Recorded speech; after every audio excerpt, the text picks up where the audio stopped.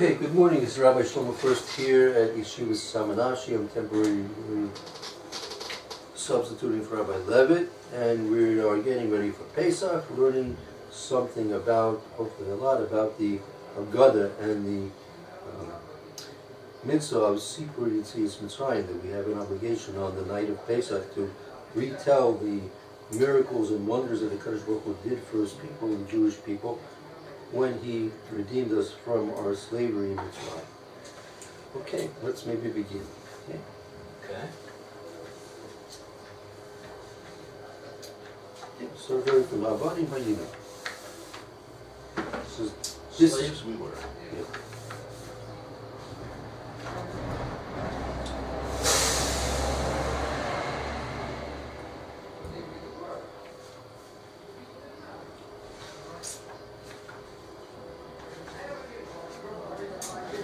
So that's the beginning, the opening statement. This really takes place after Kiddush, after we've done some things previously. We're not going to go into the halachic details so much in this shir. Maybe when we get closer to Pesach in the halachic shir, we'll go into the halachic aspects of the Hagaddah. But here, this is the Sipur Yetzias Mitzrayim, the telling of the story of redemption of the Jewish people through the agency that HaKodesh Baruch Hu decided to use to take us out of Mitzrayim. And it begins with Avani Mayinu the Pharaoh in Mitzrayim. We were slaves to Pharaoh in Mitzrayim. That's the very beginning. Can I ask a question on the slavery in Yeah. general? So we were slaves, and we understand that that is a bad thing.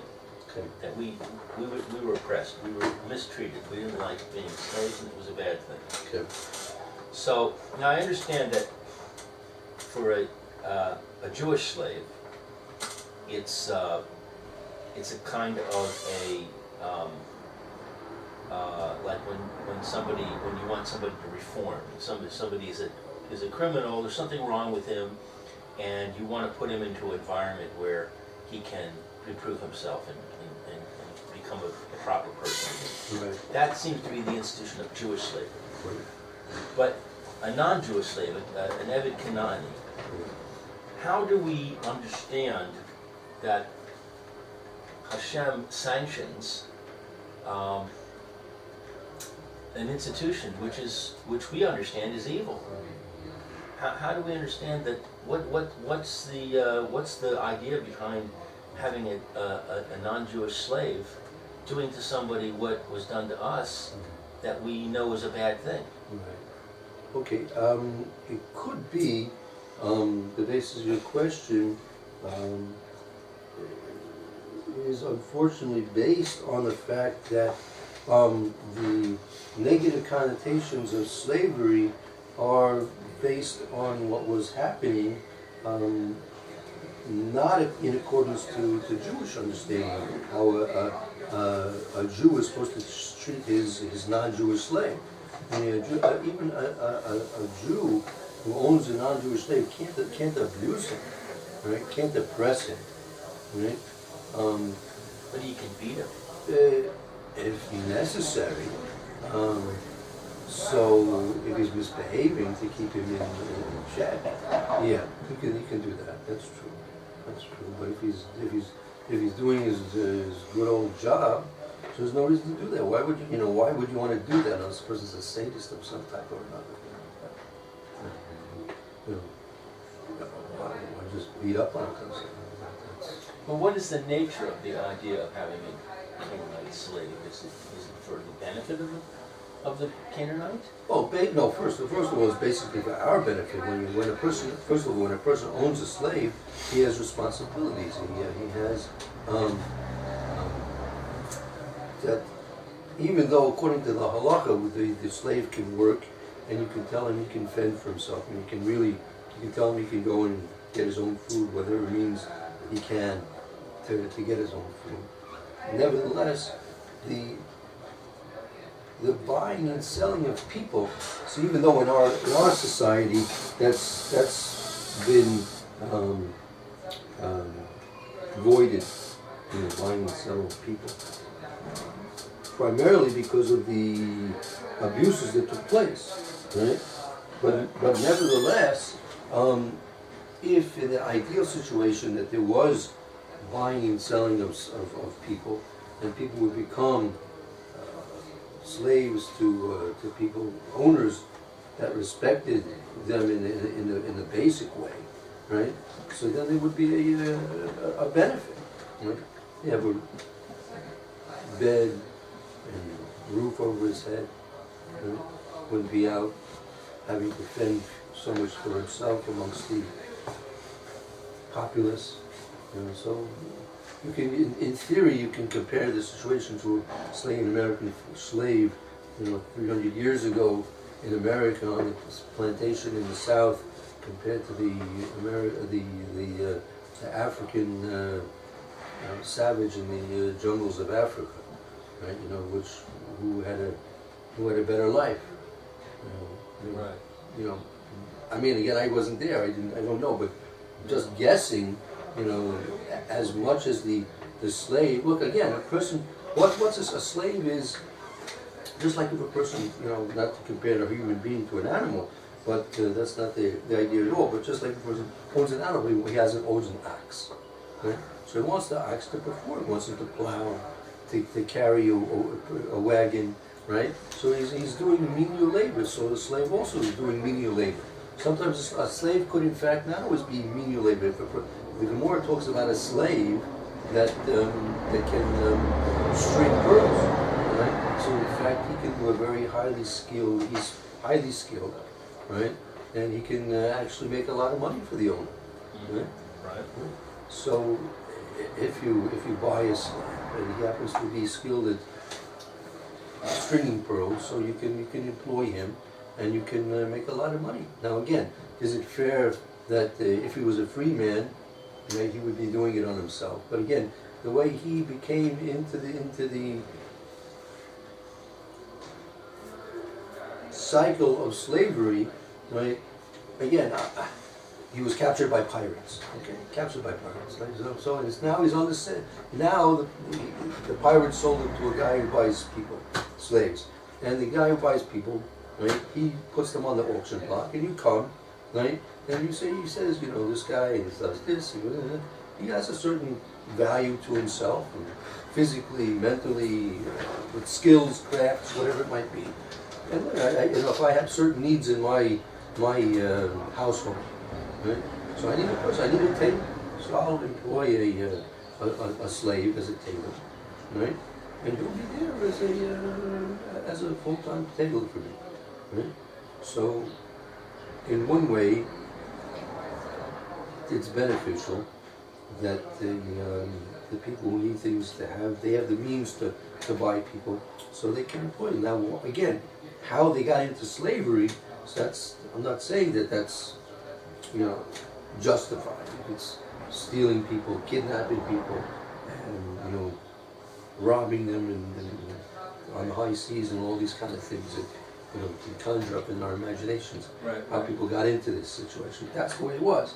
How slave trade developed. Okay, that's, but let's say de facto, that's what there's such a thing as slave trade, right? Now, is there a moral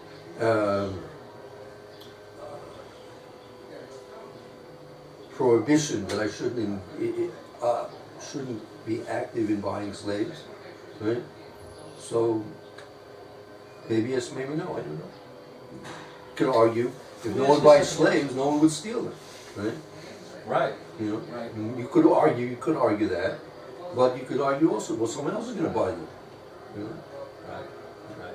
But it's more complicated than that. Yeah, sure. I'm not trying to give a whole. I don't know that much about the subject to go into all the details.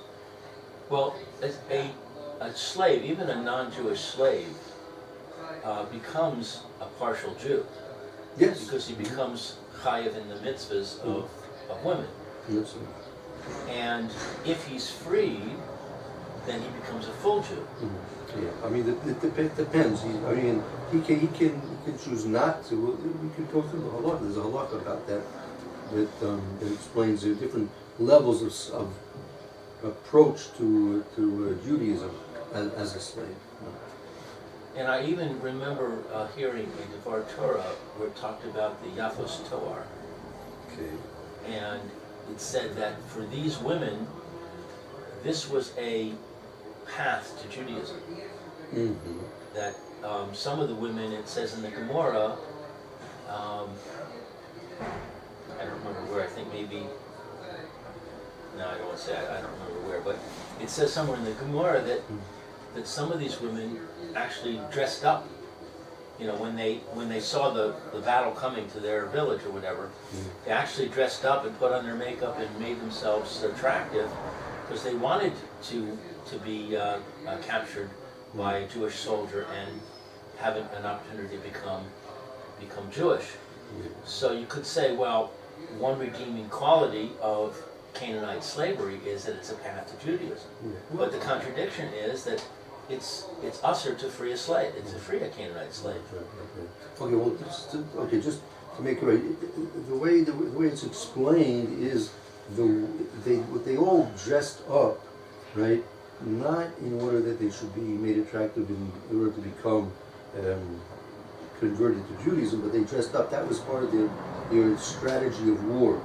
The strategy of war was to try and distract the soldiers, and that's where they would make themselves attractive and distract the soldiers from the battle and try and lure them off the battlefront and into the sides, and they could be trapped and whatever. That was the real. That was part. Everyone went out to war. When they went out to war, everyone was interested in the war. The women did what they did. Just like, cheerleaders. Cheerleaders to distract the opposite team. Cheerleaders. Like football, if the quarterback gets one of these girls on the side of his, just slightly distracted by one of these cheerleaders, so he's going to miss that split second, and, he might fumble the ball. That's what it's all going back to. The team with the best cheerleaders is the. I never heard that. That's cute. So that was real covenant. If they would lose the war, so now they'd be captured, and now they tried to make themselves as much attractive to the new captors because they would naturally try and seduce their captors, so they would be now loyal to convince themselves that they want to be loyal to the new captor nation, and they would be not abused, and they would not be killed. Right? So that's what they just did. But had they won, that would be a different story. Okay. So, but no, with the concept of either a male slave or a female slave, that they do have to keep mitzvahs to a certain extent. We have the halacha that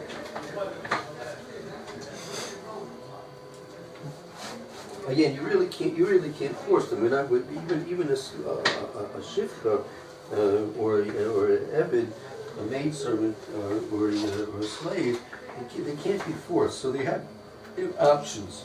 Right. So that really is explained pretty much in detail here in the Mechaber and the Mishnah Brewer in Hilchos Shabbos.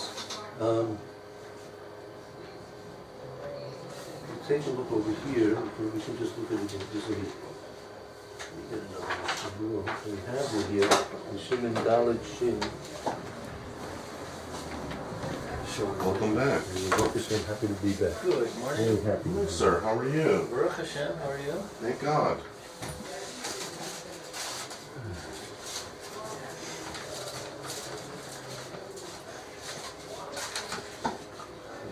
Okay, this is in Siman Dalet Shin.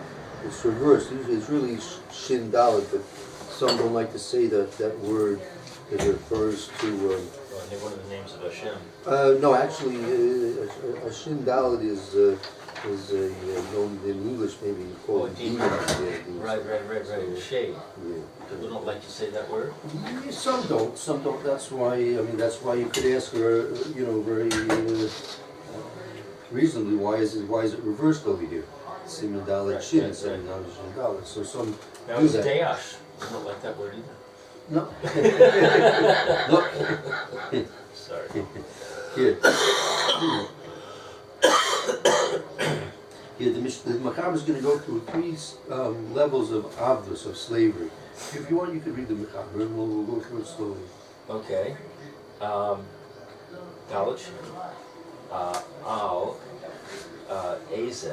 On these. On which? Eze, like on which? On which? Eved, slave. Mitzvah. Is it a commandment? Al Shavi Sasso. Shavi Sasso. I don't know that word. That we say that word in Kiddush. Shvi, Yom Shvi, right? You have to, Shabbos is a day of rest, right? Right. So the title heading of this halacha is those slaves that you're commanded to make sure that they rest, right? Oh. You're commanded to make sure that your slave rests. So that I'll show you. Probably familiar with this story. Now this is probably talking about Eved Ivri. No, because an Eved Ivri he has all the mitzvahs. Although you can't have an Eved Ivri Machal Shabbos for you. And the bigger surprise is you can't even have an Eved Kanani Machal Shabbos for you, right? Unless he's of a certain type, which we'll see. We go through the Machaber. He has a halachas of woman. Yeah. Well, that depends if he's Makabel or not. What do you mean? You have to be Megayer him. Not so sure. Put chains on him, the Gemara says, and you put him in Valkorcho. That's how you acquire an Eved.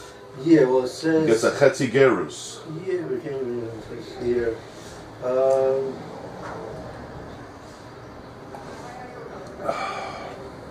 Here, Toshe, we have...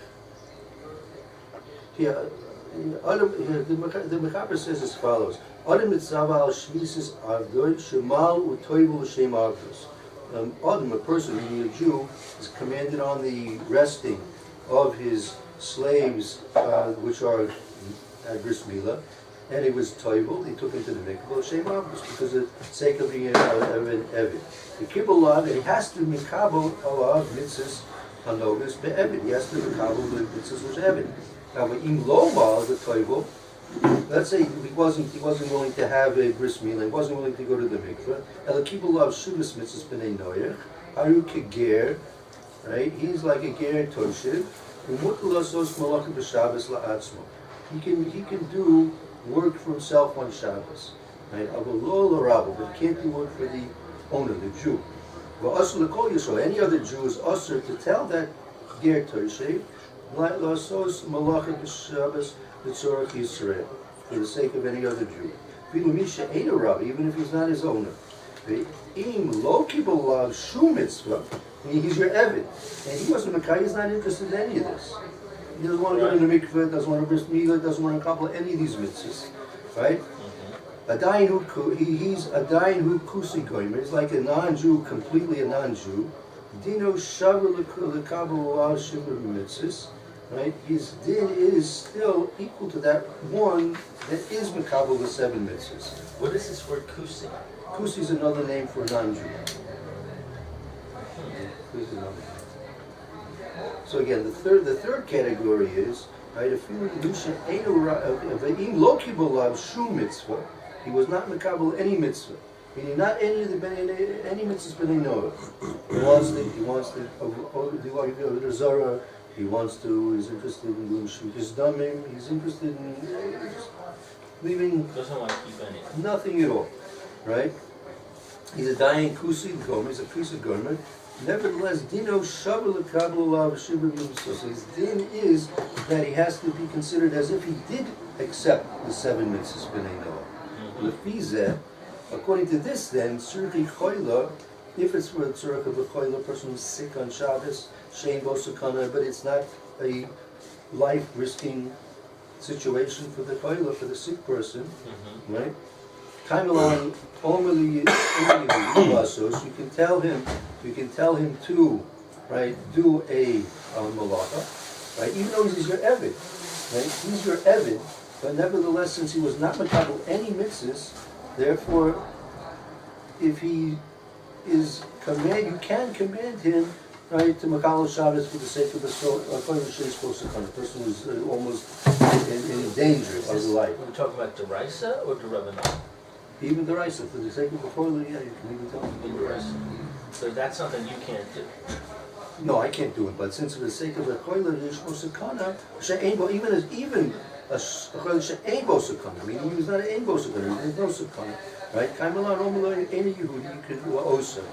The king mace, let's say you have a mace that was lifted, or the person was deceased on Yom Tov Rishon, Kaimalan yasita imar mino osa lo omelo evid, right, Israel. Okay, so that's another question about Yom Tov. Let's go a little, skip a line, right? Yesh chokim, right? Okay, material. Mikomakom. The last one line from the end, you have Mikomakom. Nevertheless, Ingu oisa malacha saraboy, Shlomo daitoi. Let's say you have this almost completely non-Jew, except he happens to be your slave, right? Your slave, right? And he goes ahead. Let's say he knows he wants he sees that the wood pile is getting low. So he takes his axe and goes out on Shabbos into the woods and starts chopping down trees. Mm-hmm. Right? He knows his owner, his master is going to be very happy to have a full wood stock when it comes to the Motzei Shabbos. Right. It's cold, right? He wants fire, right? So Right. in that case, if he does, im oisa malachas raboy Shlomo daitoi, v'nikir she'ena oisa ladas daito mutter. Meaning, two things. He's doing something which the owner, in fact, would be happy about, but nevertheless, it's also apparent that he's not doing it by the command of the owner. How would that be apparent? Okay, that's a technical question, right? That technically we have to understand what that means. Right. Right. You're right. That's a technical thing, right? But no, it's a condition. It has to be apparent that he's not doing it. Right. That's a condition. By command. We'll see it. We'll see. The Mr. Brewer may explain it. But the halacha is imaya osa malachas rabbi shalom adaito. That's the first thing. It can't be with the knowledge, meaning the owner cannot know anything about it, right? And it's also apparent that he did not do it with the owner's knowledge, and it's mutter. The ain circle so you don't have to stop it. And the reminder is even a few people love shiva mitzvahs. This is the second opinion, right? Even if he took on the seven. Even if he took on the 7 mitzvahs, because there's two things. He's doing it without the knowledge of the owner, and secondly, it's apparent, it's not obvious that he's doing it with the intention of the owner. But why is the 7 mitzvahs relevant? Shabbos is not one of the 7 mitzvahs. So, because you have these 3 levels. You have the first level that he's just like the Isha that's Chayev in Lavi. That's when he had bris milah. He went to the mikvah. That would include Shabbos. And that's going to include Shiva. A woman's Chayev in Shabbos as well. Right. Right? So he's going to have mitzvahs. Maybe here in the Megillah also, a woman's Chayev to hear the Megillah. Right. Because he's whether, now again, what you can do to convince him to get bris milah and to go to the mikvah, that's another question. Right. Can you threaten him? Can you force him? Can you buy him off? Can you convince him some way? Right? Right. Tell me, take a look at this. You want this one as a wife? She's very nice. Or you want her? You got to do this and this and this. Right? So it's Bribe him. yeah, bribe him. Right? Well, let's say he's not interested. He's not interested. Right. So if he's not interested, then he could be, the second level would be 7 mitzvahs. 7 mitzvahs, right? And the third level would be nothing. And nothing at all. Nothing at all. And this guy is a nothing. This last one, well, the question is, what's this yesh cholking? That's, according to Mr. Brewer, then if you take a look at the yud there, about 8 lines up from the bottom, in the yud, Mr. Brewer, it's getting close to, 1 line down. There you go. There you go. Right, see, it says, yesh cholking appear, and they matter. There are those that argue and permit this. Right, They permit what? Well, that can do work for you. Right? Ah, okay. Right? It says here, there's a Evid who Nafshi Goymer. He's married a complete full-fledged non-Jew. Right? Absolutely a full-fledged non-Jew. No 7 mitzvahs, nothing at all. Okay? So the 7 mitzvahs make him not a full foot, make him partially Jewish? No, because if he's considered like a Ger Tosha. He's called like a Ger Tosha. That's like he's like one of the residential Jews.